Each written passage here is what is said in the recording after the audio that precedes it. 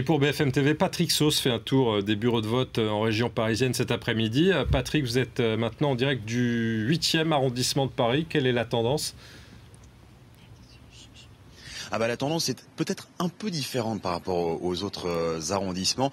On sait que dans le 20e arrondissement où on était il y a à peine une heure, on était à plus 10%. On va demander à Anne Beaufils, qui est la présidente du bureau de vote A1, qui se retrouve à l'école, ici l'école de Florence. Quelle est la tendance pour vous? C'est à peu près la même chose, hein, c'est ça? Oui, tout à fait. On est à peu près au même nombre de votants, puisqu'à 13h, nous étions à 200 votants, ce qui était exactement le même chiffre à 13h la semaine dernière. Donc je pense qu'on va avoir à peu près le même résultat, si ce n'est plus, puisqu'on a énormément de votants en fait qui ne sont pas venus au premier tour et qui viennent au second.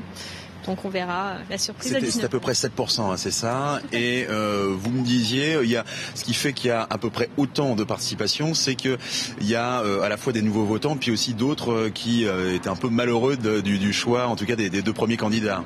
Tout à fait. Je pense qu'on a une mobilisation autre qu'au premier tour, puisqu'au premier tour on était sur 6 candidats, donc des gens bien définis.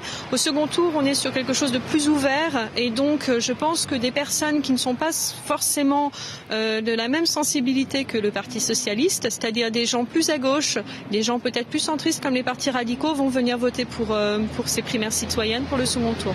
Merci, alors voilà ce qui donne quelques éléments de suspense. Sachez tout de même qu'au premier tour, ici dans le 8e arrondissement, c'est quand même François Hollande qui avait obtenu son meilleur score parisien avec près de 40% devant Martine Aubry, 25%.